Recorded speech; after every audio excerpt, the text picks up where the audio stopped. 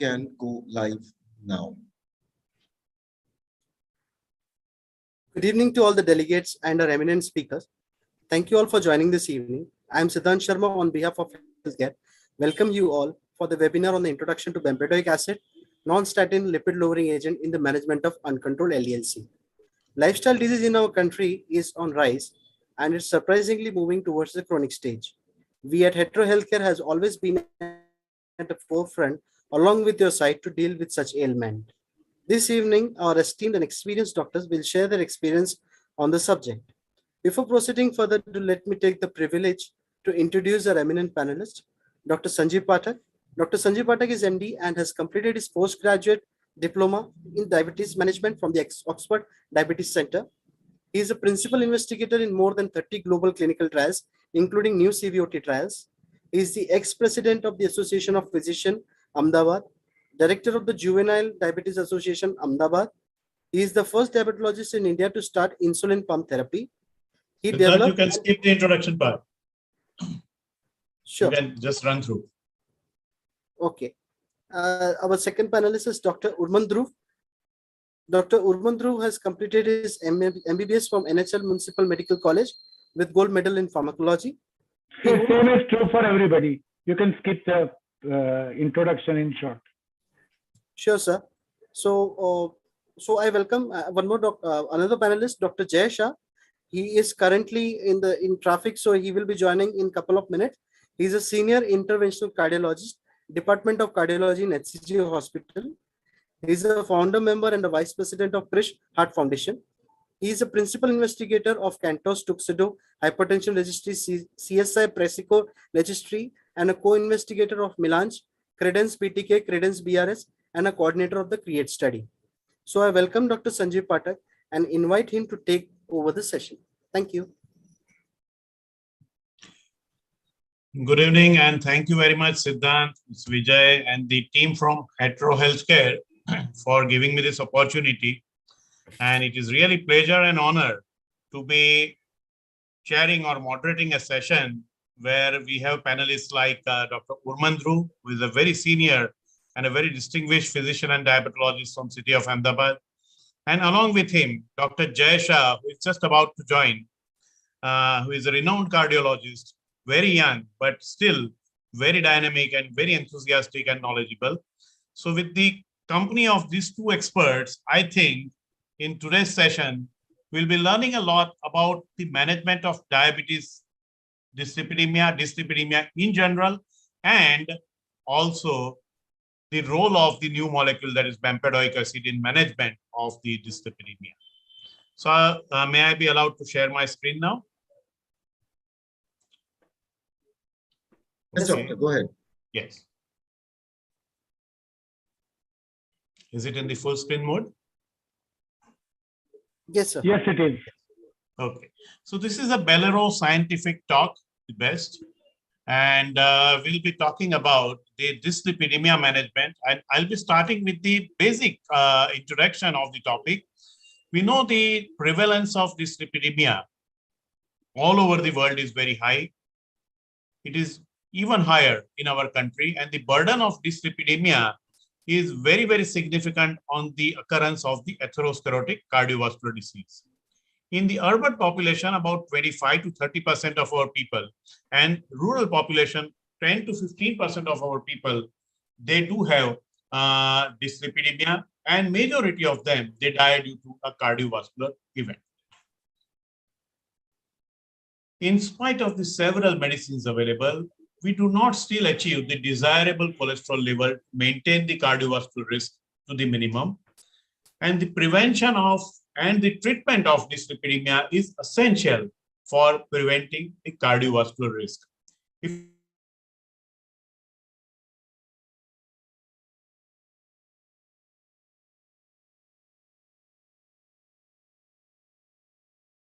Of which the 70% contribution came from the statin therapy or the dyslipidemia treatment, which means that treating dyslipidemia to the target is the most effective, safest, time-trusted and evidence-based way to prevent the cardiovascular risk. In spite of that, we know that the still residual risk is very, very high, and we need to address that also. Just treating with statins is sometimes not sufficient. If you ask me about the prevalence, the individuals in the age group between 30 to 40 years have a very high prevalence of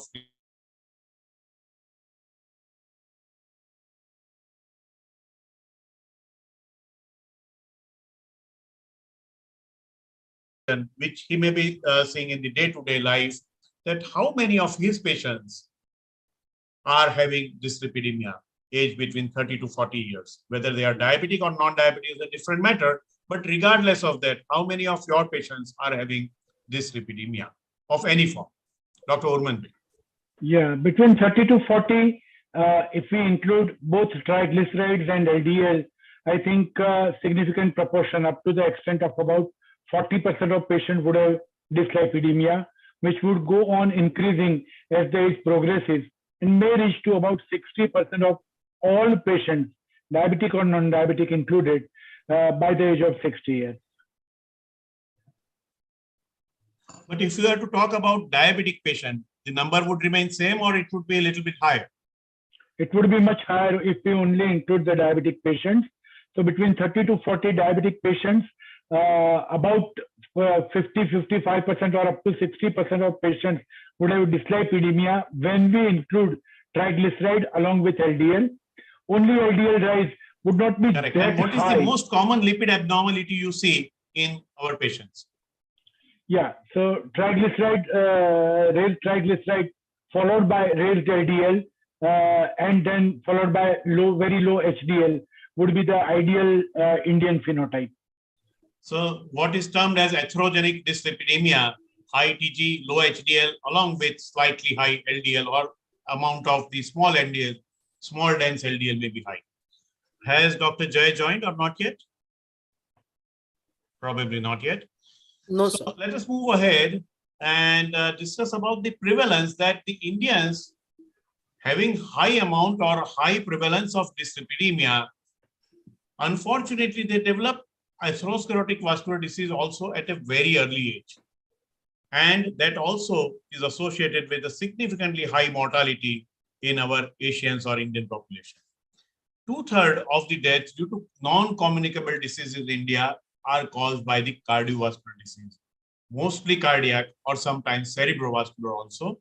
But still, we do not have a sufficiently achievable target in our Indian patients in spite of the different modes of therapy available. What are the healthy levels of cholesterol? If you talk about the total cholesterol, maybe less than 170. If you talk about LDL, less than 100, but for high-risk patients, it may be even less. We'll ask Dr. Urmanbi about that. HDL should be high, but if you increase the HDL artificially by giving medicines, there is no evidence at present that it will have positive impact on the cardiovascular events. And very importantly for the Indians, the non-HDL cholesterol should also be less than 120 or 130. So let me ask Dr. Urmanbi again that how many of your patients actually achieve this target in spite of the therapy? And what do you believe that what should be the target in our Indian patients, Indian people rather? Well, targets may be divided into two portions. The LDL targets in those patients who are not having high or established atherosclerotic heart disease or atherosclerotic cardiovascular disease, which includes stroke and PVD also. So in those cases who do not have established ASCVD, the target we would like to keep would be around 70. But if there is established atherosclerotic cardiovascular disease, in that case, the target should go down as low as 50 or occasionally 40. So after myocardial infarction or after angioplasty or after CABG or after an episode of stroke or PVD, the target of LDL should be around 40 or 50, otherwise 70 in a diabetic patient who has no rest of the atherosclerotic CVD. So the target of less than 100 would not suffice. Here the target would be 70 or less, and then as low as possible, maybe up to 40 in rest of the cases. HDL, I do not see much importance of the target, but non-HDL, once again, should be as low as possible and should be less than 100 rather than less than 120. coming to number of patients or the percentages of patients achieving this target, well, as far as our record shows, about 60% of patients achieve these targets, but they require a huge motivation from day one that the drugs that are being used are not there only to reduce LDL, but to stabilize the plaque. That explanation would probably increase the number of patients who would be compliant. Otherwise, it is just like number one star in the movie. Achieving number one or achieving the target is easy, but maintaining is practically impossible. Absolutely. So Dr. Urman Bey has come up with very important 3 points. Number one, the targets will be different if ASCVD is present or absent. That is number one thing. Number two thing is less than 100 may not be acceptable for our Indian patients because all of us are high risk or very high risk. So he's on the same page with Salim Yusuf that Indians cannot be low risk for cardiovascular disease. We can be either high risk, very high risk, or extreme risk. So you need to decide the target based upon that. And the third very important point which he mentioned was the importance of statin therapy or the lipid lowering therapy should not be just for cholesterol reduction, but for heart attack prevention or for stroke prevention. If we can explain this to the patients, probably more and more patients will be adherent to the therapy. I don't think Dr. Jay has joined yet. So we'll move to the second question in this forum, that is the current challenges and what are the gaps in the cholesterol management, especially in our country. Because we know that one of the most important cause of cardiac events is the uncontrolled LDL-C levels. If you look at the European Society of Cardiology guidelines, LDL plays the key role in the development of the plaque and then subsequently the cardiovascular event due to the obstruction or the plaque rupture. Many patients with dyslipidemia remain above the guideline recommended LDL thresholds despite treatment with the maximally tolerated statin uses, with or without the addition of the non-statin agents like ezetimibe, and thus they remain at an elevated risk for the cardiovascular disease in spite of the statin therapy. This is the ESC 2021 statement. The question here is that because of the high cholesterol level leading to deposition of the fat deposition in the blood vessel, finally there is a tear in the artery wall and the rupture of the plaque will lead to the narrowing of the artery, atherothrombosis, and then leading to myocardial infarction or cerebral infarction. And this is mainly due to either elevated cholesterol or elevated triglyceride levels. Now, let me ask Dr. Urban Bey again here that what is the importance of non-HDL in this context for our Indian patients? Because we often see LDL is not that high, TG is high. So what is the importance of then non-HDL? Right. So for Indian patients, rather than following or chasing a target of LDL or triglyceride, we should chase the target of non-HDL to the extent of 70 or between 70 and 100, at least below 100. Here I would like to pinpoint one thing, that many a times it is our consultants who believe that he may be a family physician or even a few cardiologists who believe that these guidelines need not be followed because they are Western guidelines. And one should always remember, very important, in US, they have been able to bring down the graph of atherosclerotic CVD drastically down, thanks to anti-lipid therapy and trying to maintain very low LDL or a very low non-HDL. Same way, we should also target a significantly low non-HDL to have reduction in the cardiovascular mortality and reduction in atherosclerotic CVD. That's when we will be able to be successful. So again, a very important point that the Western countries have been able to reduce the CV risk, mainly because of the lipid lowering therapy. India is still lagging behind. So we should, I think, be aggressive in that. You made a very important point here. So apart from blood pressure control, smoking cessation, diabetes control, weight reduction, the lipid lowering still remains the most important thing which has to be done for every dyslipidemic or high-risk individual, whether he is diabetic or non-diabetic. What are the options we have currently? Statins, obviously, so I'll not go into details about that. Then the cholesterol absorption inhibitors like ezetimibe, again, with improved YT trial, it has an evidence that it reduces the cardiovascular outcomes when added to the statin. And we know that they are safe and effective drugs. The bile acid binding resins like cholestyramine, they reduce the LDL, but they are not having that much evidence and not popular, not well tolerated also. The PCSK9 inhibitors with the trials like Fournier and that the evolocumab and alirocumab, both these drugs are very effective, but injectable and expensive, so beyond reach for most of our Indian patients. Fibrates, though, look attractive and are popular also, but they do not have any cardiovascular outcome data still, and that is why they are losing the popularity. Niacin is out of favor now after that failure, and the omega-3 fatty acid supplements, where EPA has some role, the Vascepa. Apart from that, at present, the omega-3 fatty acid supplements have no. The new class of molecules that have come is the ACL inhibitors like Bempedoic acid. We'll be discussing about that a little bit later, but it's a very exciting molecule when added to statin or in patients who are statin intolerant. We'll come to that a little bit later. But in spite of so many molecules available, we do not have still a significant impact on the cardiovascular risk reduction, mainly because of the uncontrolled LDL levels. And as per the cardiovascular drugs therapy 2021, up to 80% of the patients treated with statin do not achieve an optimal LDL level because of either high baseline LDL or aggressive goals or lack of sufficient statin efficacy or poor statin persistence or adherence. Now, let me ask Dr. Urban again that which according to you is most important, or you can just mention it the order of importance that amongst these four, which according to you is the most important and less important as far as the achievement of the LDL cholesterol is concerned? Probably the fifth reason which has not been mentioned, and that is the treating doctors, I won't call ignorance, but they fail to be very aggressive.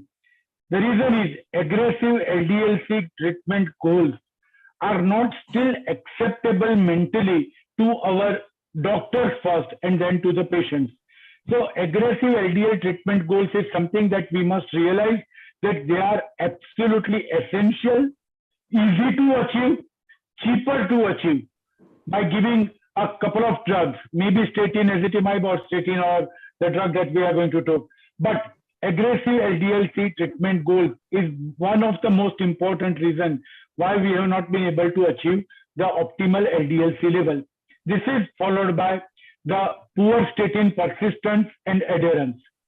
Again, here it comes in fact, you can put it at number one also. And the reason for poor statin persistence or adherence is again, doctors first and patients then, because doctors themselves start reducing the dosage of statin the moment the LDL goes below 100, thinking that they have already achieved what is required. So one should realize that statins or anti-lipid treatment is a lifelong treatment. It is meant to stabilize the plaque and to see that the LDL reaches the goal. Then comes the high baseline LDL-C, which I don't give a lot of importance because Indians do not have a very high baseline LDL-C, but our goals are lower, and that is what we fail to achieve. And the lack of sufficient statin efficacy, again, it is true only in 20% of cases. In most of the cases, statins would be effective. So, number one, aggressive LDL-C treatment goals, poor statin persistence, you can change the order 1 and 2, then higher baseline LDL-C, and the last one is lack of sufficient statin efficacy. So again, a very important message, Dr. Siddhant, you need to add the fifth thing here, that is the physician inertia in treating the patients. First, the physician should be convinced that this therapy is going to reduce the cardiovascular event. It is regardless of the LDL levels and has to be given in all the high-risk individuals. So I think adding that maybe more important, I can see Dr. Jay has joined now. Yes, And yes. very good evening, Dr. Jay. Good evening. Good evening, Sanjeev sir. Good evening, Till Dr. now, Very we have sorry for discussed. very sorry for late joining. I was in the transit and could not join through the mobile because I was driving a car. I'm really Yes, sorry yes, about yes. that. We fully understand that. Unfortunately, we had to start because we were getting, Yeah, we were getting I a little bit understand. late. But we'll catch up with you with some of the important questions. Dr. Urman Bey has brought a very important point here. If probably you could have joined a minute earlier, you would have heard that in the first part of this question, the most important thing for non-achievement of the goal is the physician inertia, and then Absolutely. followed by the other things. Will you agree with that? Yes, yes, I completely agree with that, and I heard the whole narrative which was being given by Dr. Urman sir regarding the physician inertia. That is probably the fifth one, which is the most important one, and that is something I think everyone needs to understand, that it's always better to keep the patient under a close follow-up. But first and foremost, we as a physician, we need to convince ourselves that this patient requires, because these are the benefits, and these benefits, if they are there and imbibe in our mind, I'm sure that it will be percolated in our prescription and in our conviction towards the adherence to the therapy. Correct. So these are not lipid lowering therapies. They are atherosclerosis treating, or rather heart attack preventing strategies we can address like that. Unfortunately, the adverse effects, mainly the primary muscle symptoms, what is called as statin-associated muscle symptoms or SAMs, limit the maximally tolerated statin dose to low-dose statin therapy. People have fear, or people sometimes get non-specific muscle pains and then feel that it is because of the statin. They either skip the therapy or reduce the dose, or physician also may reduce the dose. And this makes this statin therapy sometimes less effective than it should have been. So again, Dr. Jay, I'll come to you. How frequently this happens in your practice? Patients themselves or their physicians reducing the dose of statin just because of the muscle symptoms?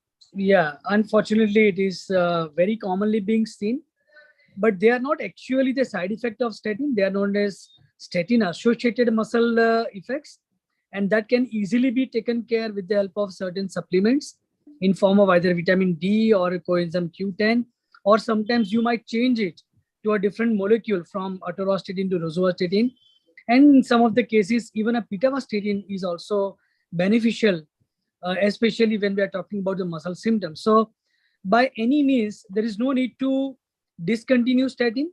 It's always better to continue with the statin. We need to find out the reason why the patient is having these muscle symptoms. Sometimes it is because of just the knowledge which is being updated in the Google, and then patients are developing this type of symptoms.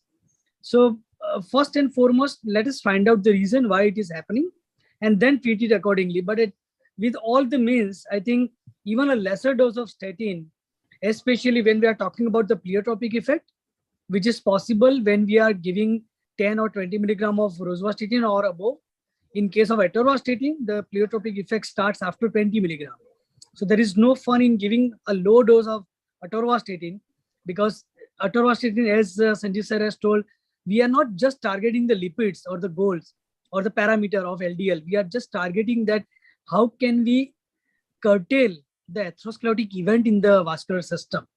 And that is possible only with the help of this revolutionary medicines. So again, a very important point, low dose does not work. I would be surprised to know that whether in any other country, 5 milligram of rosuva or atorvastatin is available. Siddhant, can you find out for us? Sure, 5 sir. milligram of statin is available in any other country. I'm talking about any developed country. Sure, sir. Unfortunately, the residual risk still remains. Statins are definitely very good drugs, no doubt about that. But in spite of giving statins, we know that statins can reduce the CV risk by about 15 to 37% in different trials. But still, the residual risk of 60 to 70% remains. And that is also linked to major vascular events in about 20% of the patients with coronary heart disease. This is mainly because of the non-attainment of the LDL targets due to the different reasons which we discussed, statin inadequate dose or inertia or statin-related muscle symptoms or whatever. And because of this, the residual risk is still quite high.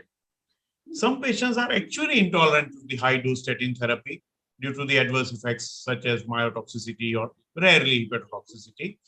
And that is why they also stop the statin only to find them in a very high risk group. So the challenges which we have with statin therapy are the statin intolerance and not the muscle weakness, I would say muscle-related symptoms that includes muscle pain and muscle weakness both. Though this is less common than actually discussed, but since we are going to use these therapies, the statin therapy in large number of patients, we are going to encounter these problems in more and more patients in the coming times because we are using statin in a large variety of patients now. Hence, a need for a new add-on treatment which would help in reduction of the dyslipidemia or hypercholesterolemia is always there.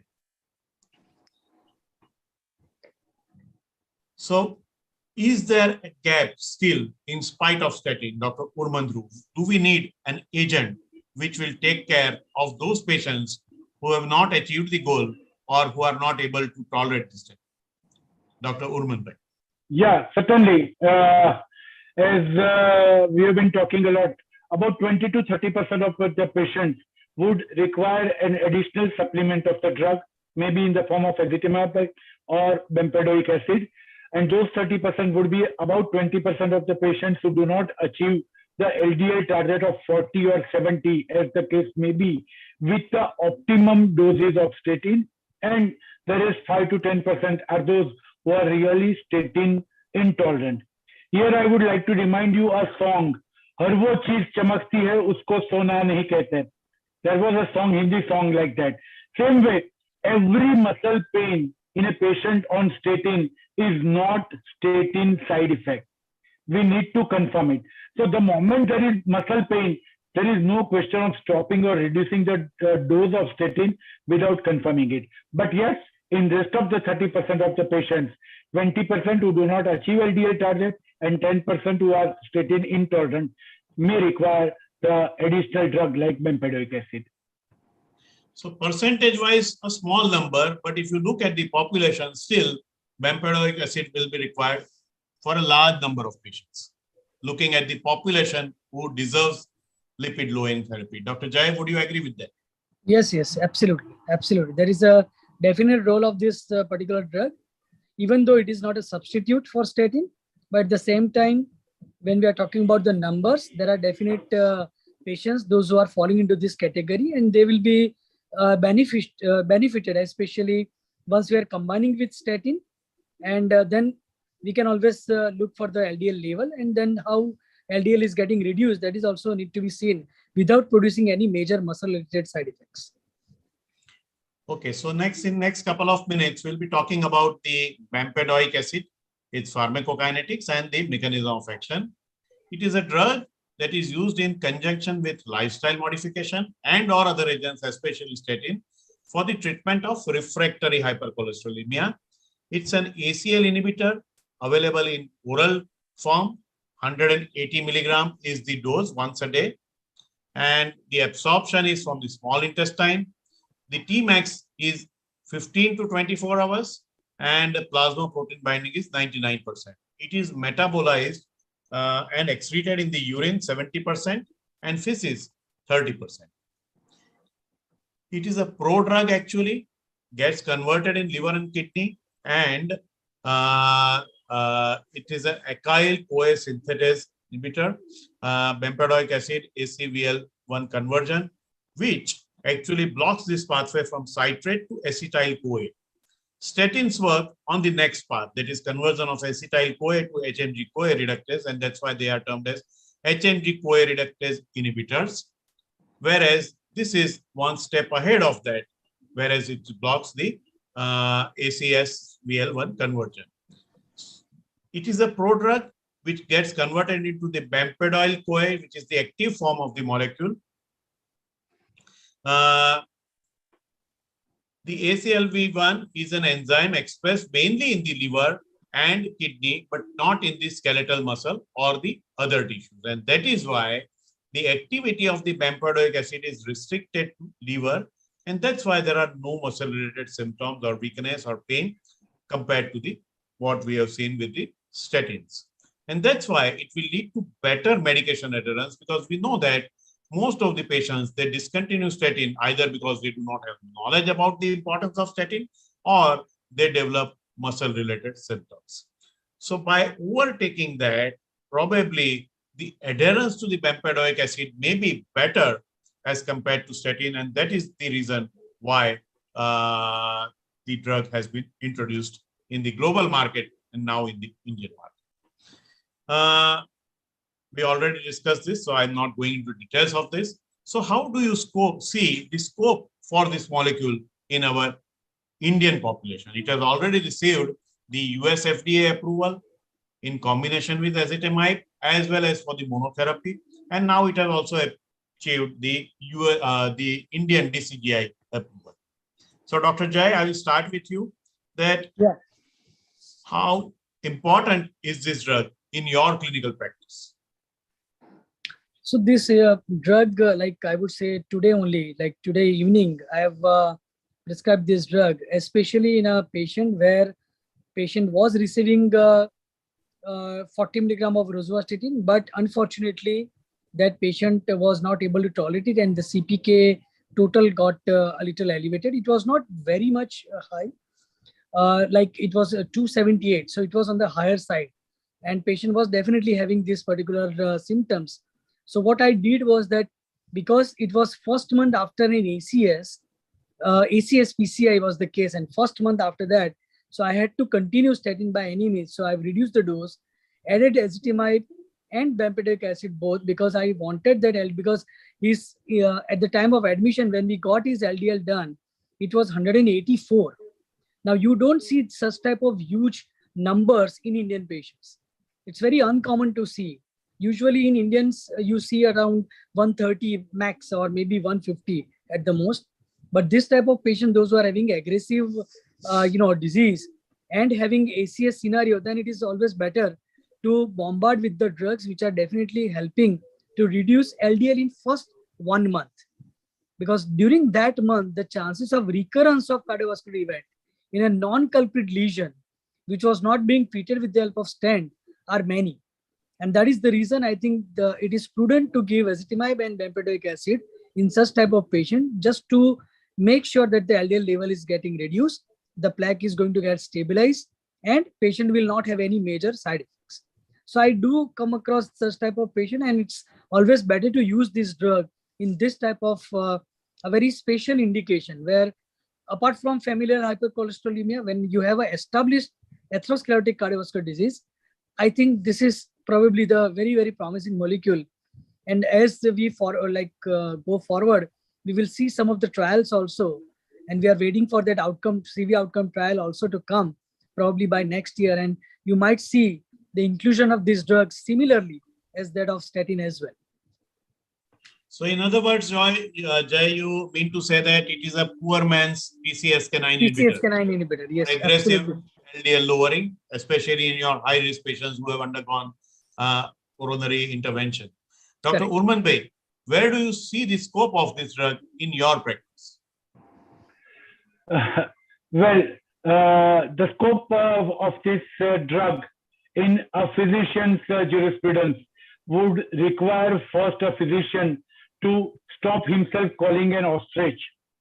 Including myself, most of us are ostrich, because once we start a drug for lipid lowering, maybe statin or maybe ezetimibe or both, most of the physicians don't go for LDL or the lipid levels. And therefore, we never realize that the patient has not achieved the level. Number two, we have kept ourselves away, or we are running away from the fact that lowering LDL is very, very important up to the target levels. If it goes down from 160 to 100, we are satisfied. That is absolutely wrong, rubbish, and absolutely now there are enough, more than enough, or ample evidence to say that we must reach 70 if there is no established ASCVD or even less. So if we follow both these things, understanding the target properly and following it, then I think about 30% of our patients would require this drug in addition to statin plus ezetimibe.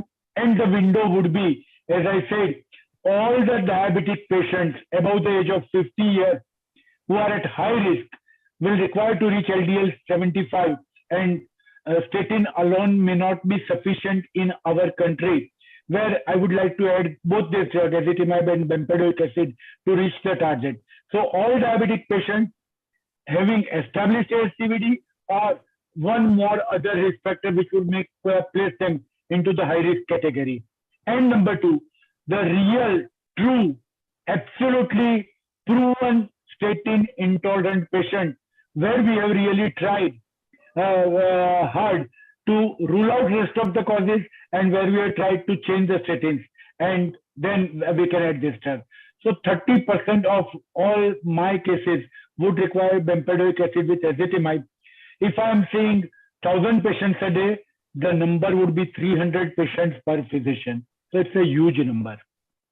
So very encouraging news for you, Siddhant, from Hitro's angle. Lot many patients, though on statin, may require a bempedoic acid. And Dr. Urman rightly said that just giving a drug just for the sake of giving is not the correct way. You need to see the target.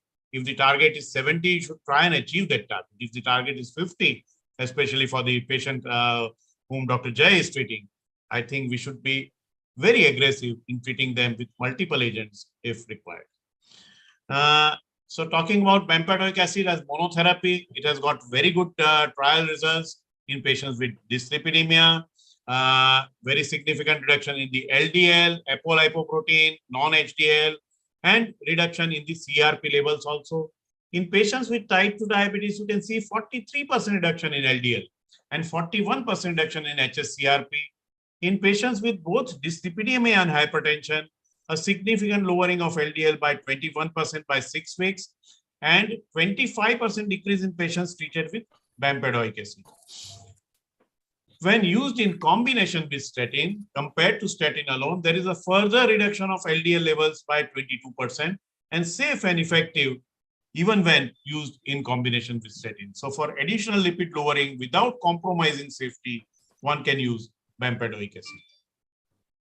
What are the indications which we already have discussed in hypercholesterolemia, and the dose is 180 milligram once a day. It is especially useful for treatment of familial heterozygous hypercholesterolemia or in patients with established ASCVD who require additional lowering of LDL when they are already on a statin. The drug interaction you should remember with the natural statin like simvastatin and pravastatin, this drug should be avoided. Otherwise, it will lead to higher values or higher levels of the later drugs.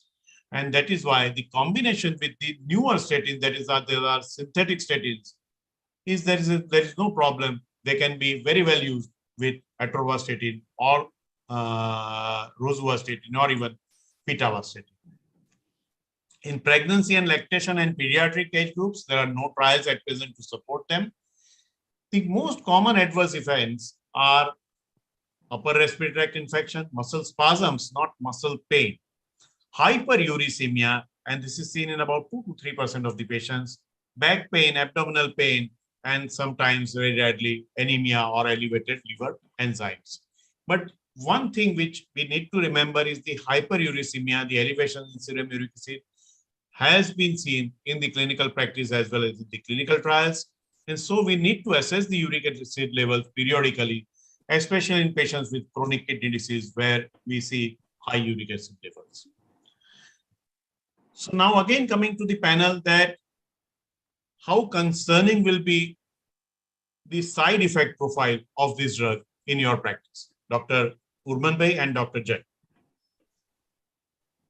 Yeah, the simple question would be, is it safer than statin?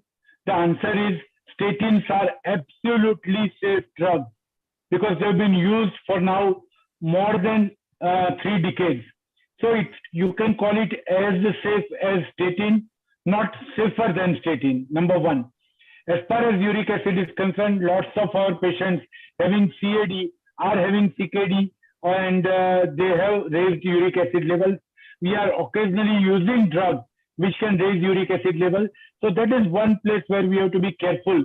Otherwise, this drug is reasonably safe as statin, as safe as ezetimibe, and therefore you do not require much monitoring after starting this drug. And if you do not require much monitoring for a drug, then that is considered to be a reasonably safe drug. So to me, we can start the drug in limited indications that we have discussed, but without much risk of side effects. Its tolerance is absolutely wonderful. No GI side effect practically. Yes, Dr. Jay, though these are very early days for bempedoic acid, Exactly. what are your concerns? So I think my concerns that the main concern why we are using bempedoic acid is the drug interaction.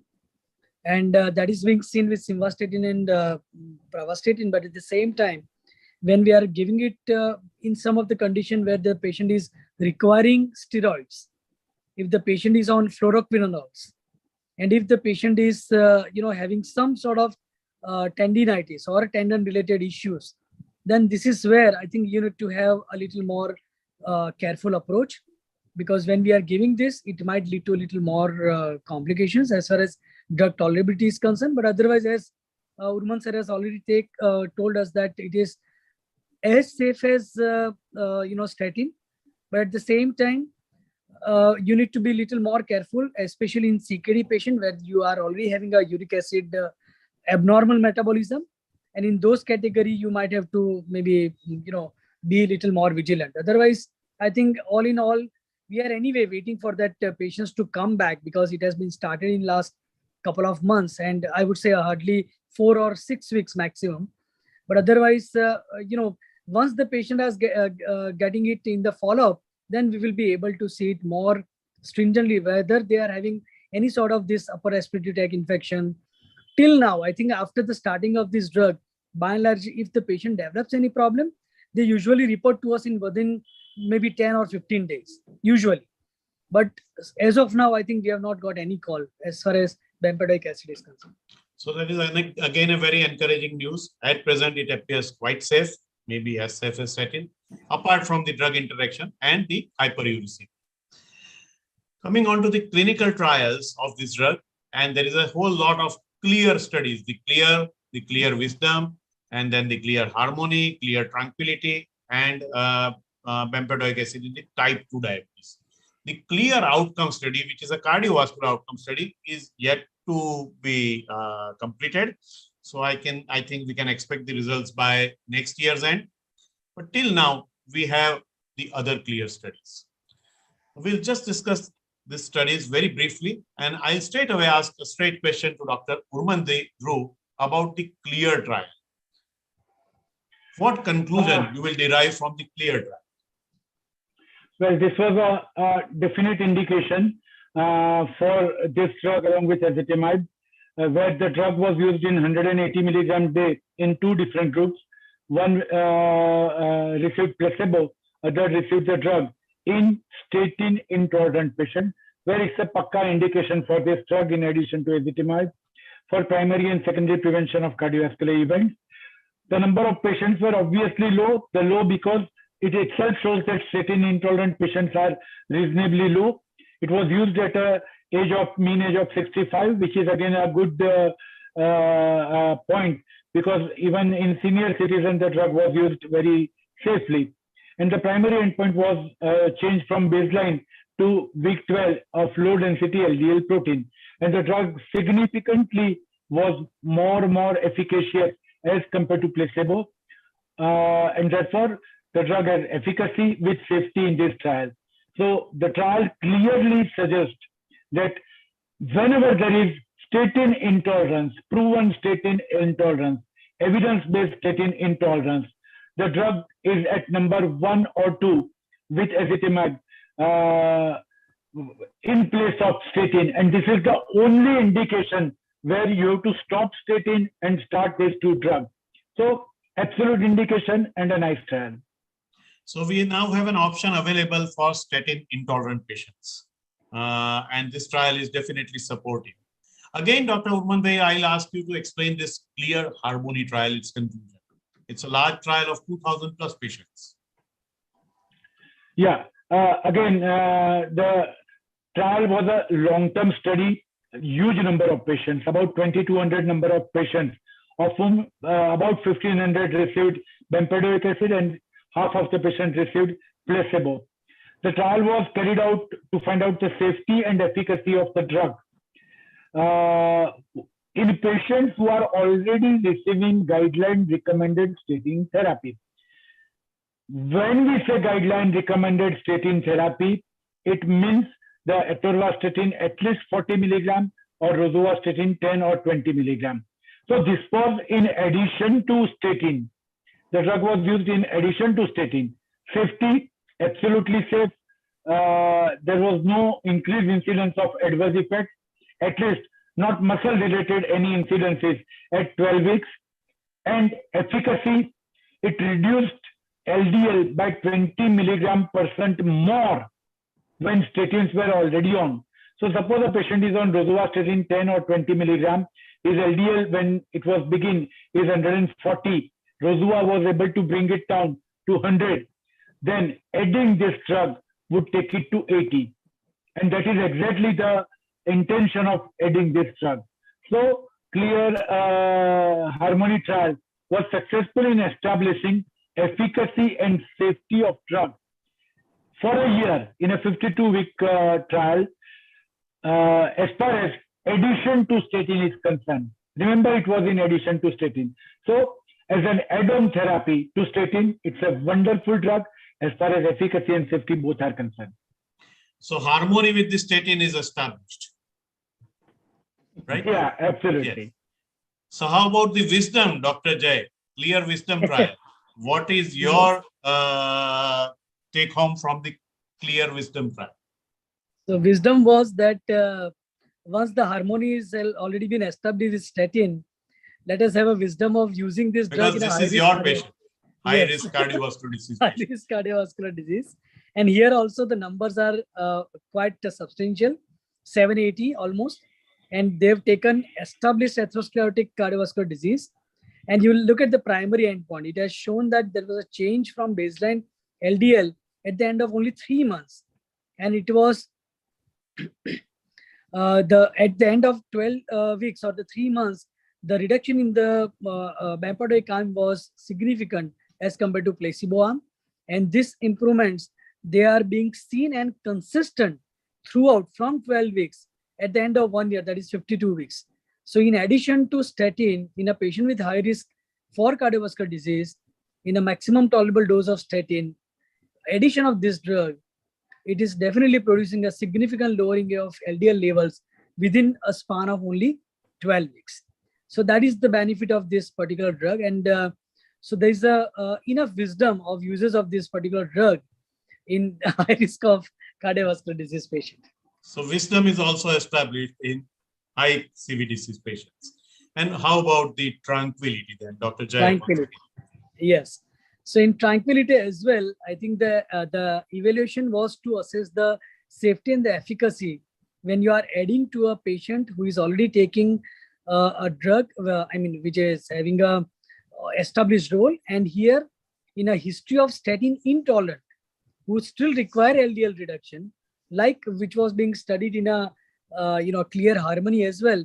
And then what is the benefits or which are the inference of this particular drug? It has shown that even though the numbers, they were low because they are statin intolerant, but almost 180 patients out of 269 patients, they have received bempedoic. And the primary endpoint was a percentage change, which was being seen by LDL reduction, almost 30% at the end of 3 months as compared to placebo. Normally, we see that in a case of maximum tolerable dose of statin, by adding this, the mean reduction would be in the range of around 20% over and above statin. But here in tranquility, it has shown almost nearly 30% at the end of 12 weeks. So one thing is very sure that you are very, very calm and cool by giving this drug. And you are in almost peace, in tranquil serenity that uses of this particular drug, you are very sure about reduction in the LDL levels, which is what is required in patients of statin intolerant, where you require to achieve a LDL reduction. True. So all these trials, if you look at the snapshot, the Clear Harmony, Clear Wisdom, Clear Tranquility, and Clear Serenity, all these trials showed a very good LDL reduction, whether in statin intolerant patients or patients who were already on the maximally tolerated dose of statin. So if you summarize these trials, the Clear Harmony trial, 2000 plus patients, ASCVD 98%, and very good reduction in the LDL, very safe. Clear Wisdom, 780 patients, ASCVD in 94% of the patients, again, very safe and quite effective. Clear Tranquility, as just discussed by Dr. Jay, 269 patients who were statin intolerant and still very effective. And Clear Serenity, 345 patients, 40% ASCVD patients. And again, there also, the drug was effective in reducing LDL and was safe and well tolerated. So the key pointers are that in renal impairment or hepatic impairment, if it is mild to moderate, no dose adjustment is necessary. Advanced disease, the drug is not yet studied. Uric acid needs to be assessed initially and then periodically. In patients with history of gout, you require more vigilance. In patients who are on steroids or quinolones, or in patients with renal failure and history of tendon rupture, you need to be more careful. Again, in elderly patients and patients with a history of kidney failure, discontinue if the tendon rupture occurs, or discontinue if there is joint pain or symptoms suggestive of that. Better to avoid with simvastatin and pravastatin. Again, these drugs are not so popular and commonly used in our country now. In pregnancy and breastfeeding, obviously the drug is contraindicated at present. In hypercholesterolemia, there is a definite role, and the trial which is for the hypercholesterolemia of 1198 patients, comparing 180 milligram of bempedoic acid versus placebo, and the percentage of the LDL is the primary endpoint. You can see that there is a significant reduction in the bempedoic acid arm. I'm not going into details because this already we have discussed in the several trials. The other trials also in type 2 diabetes, pre-diabetes, and normoglycemia are there, showing the efficacy and safety of bempedoic acid in the different populations, both diabetic, non-diabetic, and pre-diabetic population. So to conclude, it is a novel lipid lowering agent inhibiting the ACL enzyme, a step ahead of the HMG-CoA reductase. As an add-on to the maximal tolerated dose of statin, it is indicated for desired LDL target, which should be lower and lower, especially in the high-risk people. It reduces the apolipoprotein also, and also HSCRP. And it is safe, does not cause myalgia because it does not have the accumulation in the muscle, and has minimal drug-to-drug interaction apart from Simva, Prava, and the steroids and quinolones, of course. So having said that, I think if there are any questions, we can ask the panel, or else we can conclude this session. Thank you very much, both the panelists, for your wonderful answers to all the questions that were addressed to you. I can see some questions in the chat box. The